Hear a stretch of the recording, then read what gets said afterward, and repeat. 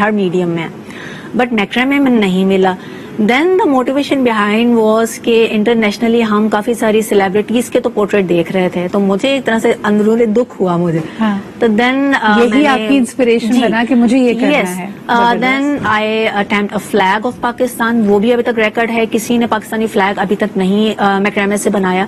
And جب قائد اعظم کا یہ پورٹریٹ میں نے بنایا ہے تو 2 اگست کو مجھے ایک دم سے وہ آتا ہے نا کہ وہ آتا ہے خیال آئے کہ مجھے کرنا ہے, اور 6 اگست سے میں نے اس کی تیاری شروع کی اور میں نے اس کو امپلیمنٹ کرنا شروع کیا, اور پھر مجھے نہیں پتا تب سے لے کے اب تک جو ہے وہ دن رات جا کے میں بس ایک یہی کام کر رہی ہوں. اچھا, جب آپ کا شوق, آپ کا جنون ہوتا ہے تو واقعی دن رات کی کوئی قید نہیں ہوتی, لیکن ایک اندازے کے مطابق ہمیں بتائے گا it's such a large scale that you are attempting it, 52 inches by 65 inches. تو افشین, اس میں ابھی تک کتنی روپ استعمال ہو چکی ہے؟ جی, روپ جو ہے اگر انچز میں آپ کو بتاؤں تو 1,25,000 انچز جو ہے 1,25,000, اس کے اندر آپ سمجھیں کہ 3048 میٹرز.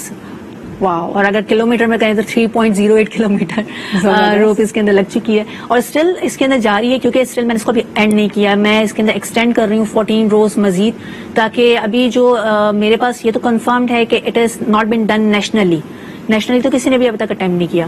میں اس کو انٹرنیشنلی بھی لے کے جانا چاہ رہی ہوں. ابھی تک جو میں نے ریسرچ کی ہے اس کے اکارڈنگلی کسی نے بھی انٹرنیشنلی بھی اتنا بڑا اسکیل پر پورٹریٹ جو ہے وہ میکرامے کی ٹیکنیک سے نہیں کیا ہے. مجھے بتائیں کہ آج کے دن کی مناسبت سے جب آپ اتنا وقت, اتنی انرجی سرو کر رہی ہیں بابائے قوم کے پورٹریٹ کو بنانے کے لیے, آپ جب ہم ینگسٹر سے بات کرتے ہیں کئی لوگ کافی ناراض بھی نظر آتے ہیں, دے سے کہ جی ملک نے کیا دیا ہے, یہاں پہ قانون صحیح نہیں ہے, سسٹم صحیح نہیں ہے, کیا کہنا چاہیں گے ایسے نوجوانوں کو؟ دیکھیں, میرا ایک ہی میسج ہے اور میں اس کے اوپر عمل بھی کرتا.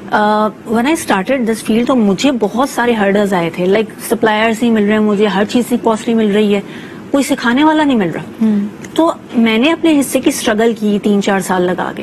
اب میرا فرض بنتا ہے بینگ اے انڈیویجول کہ مجھے پتا ہے کہ دس از دا پاتھ جس پہ چل کے میں کامیابی حاصل کر سکتی ہوں, تو میں کیوں نہیں یہاں سے ایک بندے کا ہاتھ پکڑ لیتی ہوں, یہاں سے ایک بندے کا ہاتھ پکڑ لیتی اور آگے لے کے ان دونوں کے ساتھ چلتی, اینڈ دین آگے ان کو تلقین کی جائے کہ آپ بھی ایسے ہی کریں. تو this is how nation builds and grow. یہ نہیں ہوتا کہ آپ اکیلے چلی جائیں اور اسٹیپ بائی اسٹیپ اوپر جا کے بول دیں کہ بھائی یہ ایک ہی بندہ, باقی نیشن کیا کر رہی ہے. خوبصورت بات ہے. اگر آپ واقعی ہمارے ارد گرد دیکھیں, وہ لوگ جو اپنی ہمارے ملک پر, ہمارے پیارے وطن پر اپنی جان نچھاور کرنے کے لیے ایک لمحے میں تیار ہو جاتے, ایک لہجہ بھی نہیں لگاتے, اگر وہ بھی یہ سوچیں کہ بھائی ملک میں اتنی خامیاں ہیں, باقی لوگ اپنا کام نہیں کر رہے, انصاف نہیں ہے, فلانا نہیں ہے, تو اس طرح تو ملک آگے نہیں بڑھ سکتا. اگر ہم واقعی کہیں کہ ہماری ایک زندہ قوم ہونے کی نشانی کیا ہے, وہ یہی کہ there are so many of us who believe in Pakistan. ٹھیک ہے, ہم میں سے کئی لوگوں کو ایسا لگتا ہے کہ شاید بہتری کی, تبدیلی کی, مثبت تبدیلی کی گنجائش نہیں ہے, لیکن واقعی یہ ملک ان کے دم سے ہے جو اس پہ بلیو کرتے ہیں. اینڈ ہماری یہ کوشش ہے کہ آج کے اس پروگرام میں جتنے لوگوں کو ہم فیچر کر رہے ہیں وہ آپ میں پھر ایک دفعہ اس جذبے کو اجاگر کریں. So thank you Afshin for being here. اور بلکہ آپ کو بتاتے چلیں جس طرح آج کی 1965 کی خوبصورت رپورٹ کے ساتھ ہمارے ساتھ ایک اور بہت ٹیلنٹڈ سنگر موجود ہیں. آپ ان کو پہلے بھی دیکھ چکے ہیں میرے شو میں, آپ نے ان کو 14 اگست کے شو پہ دیکھا, اس کے علاوہ آپ نے ہمارے ساتھ ان کو رمضان ٹرانسمیشن میں دیکھا. تو آئیے آپ کی ملاقات کراتے ہیں ایک دفعہ پھر اسید زاہد سے. السلام علیکم اسید. وعلیکم السلام. اسید, سب سے پہلے تو بتاؤ کہ آج کل کہاں مصروف ہو, کیونکہ بہت سارے تمہارے فینز نے ہمیں 14 اگست کے شو کے بعد لکھا کہ آپ نے صرف اسید کی خوبصورت آواز میں گانا نغمہ تو سنوا دیا لیکن ان سے بات چیت نہیں کی. تو آج کل کیا مصروفیت ہے؟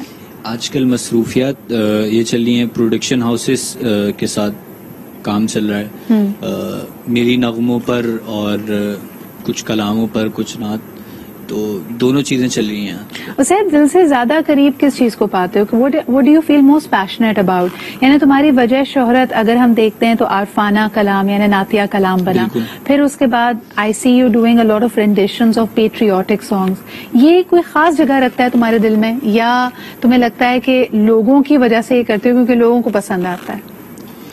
نہیں, میں جو میوزک کرتا ہوں کیونکہ میں ایک بینڈ کا حصہ بھی ہوں, اور ہم لوگ ایز اے بینڈ اگر کوئی میوزک کرتے ہیں, یا میں پرسنلی بھی اگر کوئی میوزک کرتا ہوں, کوئی چیز کرتا ہوں, تو وہ میں اپنی سیٹسفیکشن کے لیے سب سے پہلے کرتا ہوں کہ جس میں میں سیٹسفائی ہوں اور مجھے خوشی ہو.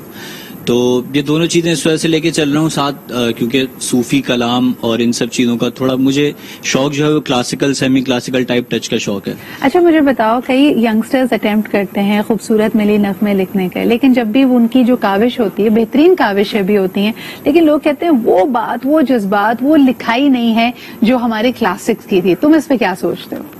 بالکل، آج کل جو ہے وہ لکھائی کا جو ہے وہ بہت فقدان ہے. میں بھی اس بات کو بہت زیادہ نوٹ کرتا ہوں. میں اس کی ایک بنیادی وجہ یہ سمجھتا ہوں کہ ہم نے کتابوں سے جو ہے وہ دوری اختیار کر لی ہے. ہماری اردو کی ووکیبلری اتنی اچھی نہیں ہے، ہمارے پاس وہ الفاظ نہیں ہیں کہ ہم اپنے جذبوں کو جو ہے وہ اس میں صحیح طریقے سے پرو سکیں اور ہمارے دل کے جذبات کی عکاسی بہترین انداز میں ہو سکے. لیکن جی جب 1965 کی جنگ کا ذکر ہو اور ہم اپنے ملی نغموں کا ذکر کریں تو ایک نام، ایک ہستی کو ہم بالکل نہیں بھول سکتے، یعنی میڈم نور جہاں.